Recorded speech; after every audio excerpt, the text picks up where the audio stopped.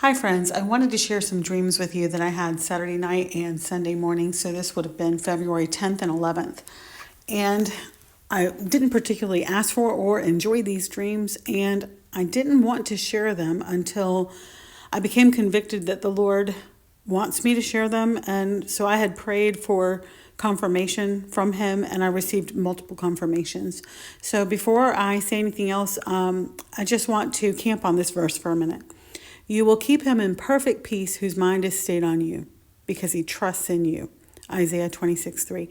So we can always have peace, peace that passes understanding, peace that endures in spite of our circumstances and in spite of the threats that are out there. And that's one thing that some of my dreams have really pressed into my spirit, is that sometimes in my dreams, I see situations that would normally alarm people, but in the dreams, I feel such perfect peace, just confidence and boldness and peace. And that, I believe, is the spirit that the Lord gives us. He does not give us a spirit of fear, but of power and love and self-discipline. And so nothing that I say is intended at all to alarm, because there's already enough of that going on out there and we don't need any more of it. So I just wanted to share that before I say anything else. This was one of the confirmations that I got. It was a text message that just came randomly this morning. And I looked at this. I had almost deleted it. And then I see it says dreams, important messages from God that are not to be ignored. And this was after I had prayed. Another confirmation that I got was from, just a second, this sister in Christ, watchwoman sounding the alarm, who posted in her community post today, we had a shooting with hostages taken just yesterday right behind my house. A police officer was hit, one victim who tried to run, and a 16-year-old he held was physically unharmed. The world has lost its mind. So when she posted this was another confirmation. And then I also, and this is my dog, Oakley, I wanted to share this picture with you too. In fact, I took it just for you. I took this picture just for you because with everything that's going on in the world, I think of Philippians 4 that tells us to, set our minds on things that are pure and lovely and virtuous and excellent and things that are praiseworthy. And so we need to take a minute here and there, and we need it for our mental health. We need it for our spiritual health and our emotional health. We need to be in the Word. We need to be praying, and we need to be enjoying the beauty that God has put all around us and magnifying His name on account of it, and just thanking Him and just taking the time to notice and point it out to others, because the people around you desperately need to see your rock solid faith and your appreciation for the beauty in life. And that's a gift that we can give our loved ones, is just to enjoy some things in spite of all that we see. And so this is Oakley, also called Okie, and she makes me laugh every single day. So I thank God for her. Okay, another confirmation that I received today was from this lady. She doesn't have a whole lot of views here, and this was posted 8 months ago, but I still consider this to be confirmation. Now listen to what she says about her dream of a home invasion. Hello, I wanted to say hi to my brothers and sisters in Christ. I hope everybody's doing well, watching what's coming upon this world. I had a short dream that I did want to share. I saw what was essentially a home invasion taking place, but I saw it in two parts. I saw the group coming in from outside a very beautiful stone and wood house, fairly large, low rise, but one house on a piece of land. And I saw like a Rambo type guy with long blonde hair though, and a couple of other men behind him just come in the front door, like into the living room, a large living room.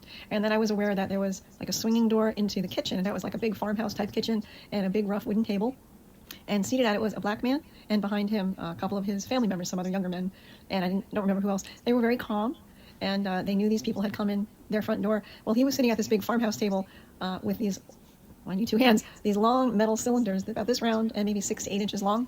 And I knew they were filled with, I don't know weapons, so, the old-fashioned way would be to say gunpowder, but they were weapons. And I just knew that they were stacking them and getting ready. And so they would essentially end up destroying their house to keep these people from taking it and them. I didn't see any of that, but you knew that was the situation being set up. But the next scene I saw was one of those cylinders had fired through into the living room, and it was stuck in the mantle.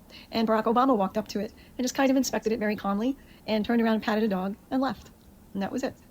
Take from it what you will, if anything. But in terms of things ramping up, and we know violence will start. I don't know if it's about America being taken down, from the inside, or if just about literally things like home invasions and people destroying one another, because that's certainly biblical. If we could slay the evil and people just take one another out like they did in a lot of battles where God turned Israel's enemies against each other rather than against Israel. Okay, so that's most of her video there.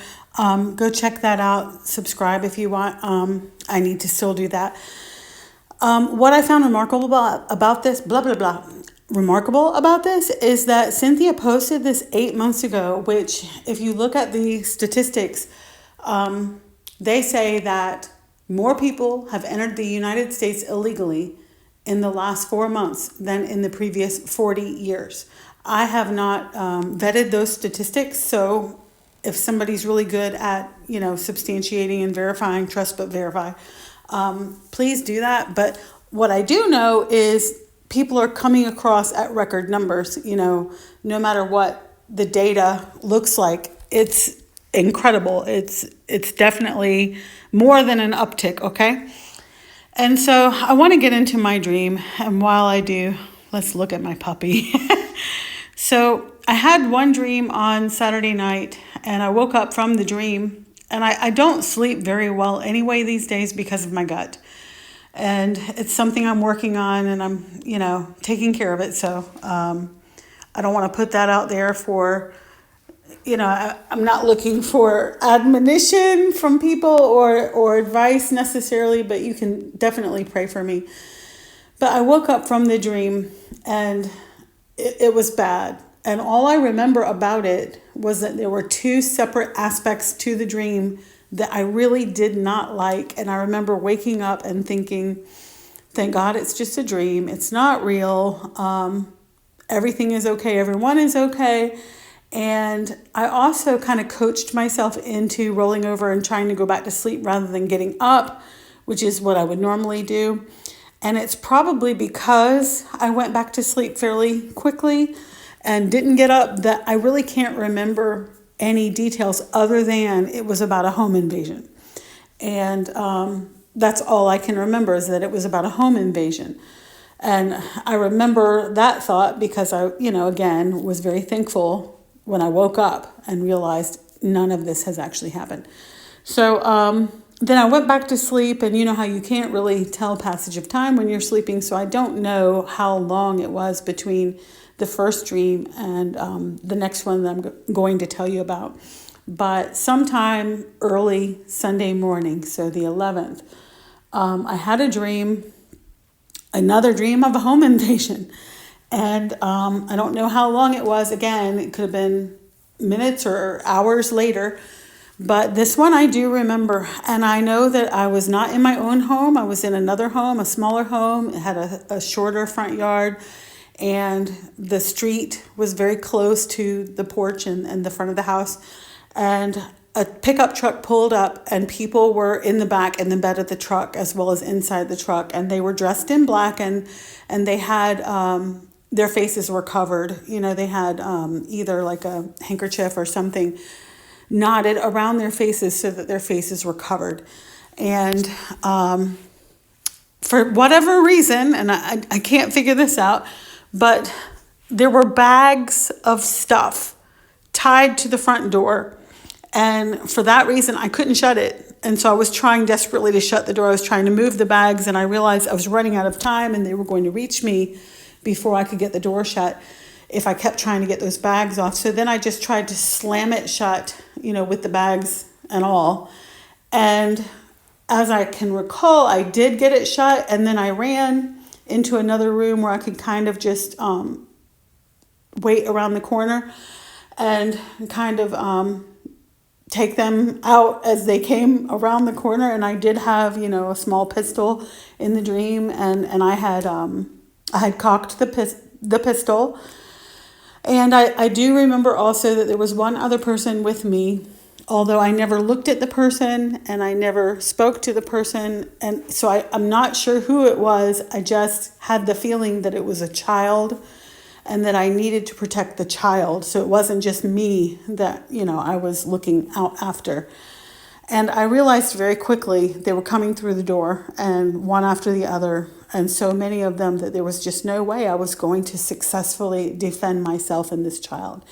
And I just knew, there wasn't a huge fear or panic or anything like that in the dream. I didn't feel that, but I did feel a sense of resignation, like, this is it, and I'm not going to make it, and I'm not going to be able to defend this other person. And so it was a very bad feeling. And I woke up from that, and all of it, like I said, everything I told you was very clear to me and very memorable. And in my mind's eye, I can still see the rooms and the door and the porch and the street and all of it. But it wasn't my house. Like I said, it wasn't a place that I'm familiar with. And so it was almost as if I were another person, although some aspects of it were somewhat familiar. So I'm going to leave you with that. I think it may have been a warning. And, after I had the dream, I searched that morning. So that was yesterday morning, Sunday, to see if I could find other home invasion dreams that people were having just as confirmation. And I didn't see anything. And so it wasn't until today that I began to get all the confirmations. And so I do feel like I have enough confirmations. I saw more than one dream about home invasion when I looked today, although they weren't all recent. Some of them were from months ago. Some of them were from like a year ago. And then that text message I felt was confirmation. And, we also saw what happened at Joel and I don't want to say the rest of his name, church yesterday, and there was an individual who had, I believe, crossed illegally from Ecuador, who had a rifle of some sort and brought it into the building and either threatened people or did actually fire it. And that person is now deceased. And unfortunately, the individual had a 5-year-old child along with her. So that's very sad because the child was injured. And again, this was a person who wasn't a member of the church and wasn't a legal resident of this country and could have caused a lot more harm than what actually happened. And so I consider that another confirmation. Not that I'm looking for this kind of thing or want it, because I really don't. And in my personal life, I'll just share, I feel safe. I feel my home and my neighborhood, that they are safe. I feel that my children are living in safe places. I have adult children and I feel that they're safe. So I'm not worried, I'm not anxious, and I'm not afraid. But I did receive a home invasion dream, not once but twice in the same night. And then I got all this confirmation. So I do feel that I am compelled to share and just ask you, be vigilant, keep your head on a swivel, know your surroundings, always know where you can go if there's a threat, and what are the resources at your disposal, if you need to defend yourself, and have those things, practice and have those things at the ready. And this may be a warning for the left behind. It could be a warning for the church. I have no idea. I would love to think it's just an overactive imagination on my part, honestly. So be at peace. May the Lord bless you. And one more thing before I go. This passage from Acts chapter 2. Please listen to this with your whole heart and ask the Lord what this means. And it shall be in the last days, God says, that I will pour forth of my spirit on all mankind, and your sons and daughters shall prophesy, and your young men shall see visions, and your old men shall dream dreams. Even on my bond slaves, both men and women, I will in those days pour forth of my spirit, and they shall prophesy. And I will grant wonders in the sky above, and signs on the earth below, blood and fire and vapor of smoke. The sun will be turned into darkness. Hello, April 8th, 2024. and the moon into blood before, and there's a blood moon coming up. I don't know if there's one this month, but there's definitely one next month, and it coincides with Purim, Purim. Hopefully you can look that up if you don't know what that is. Before the great and glorious day of the Lord shall come. And it shall be that everyone who calls on the name of the Lord will be saved. So, bless you. Call on the Lord now. Don't wait. Don't wait. Run to him now with everything that you are. And he promises that anyone who comes to me, I will in no wise cast out. He wants to meet you where you are. He loves you. He's not tricky to get to know. Come to him humbly, and come to him with reverence, and come to him with whatever it is that's fueling you. It could be desperation. It could be worry. It could be fear. It could be a lot of things, because we all need something. We've all fallen short. We're all struggling. We all see what's going on in the world. But just run to him with whatever it is, and hand it to him and say, pick up the broken pieces of my life and make them something beautiful. I give myself to you. And then follow every prompting of the Holy Spirit, because God loves you, and he's going to lead you if you'll just come and submit yourself to him and listen for his voice. He loves you so much. Be blessed and be safe. Have a good evening, afternoon, day, morning, whatever it is, wherever you are. Goodbye.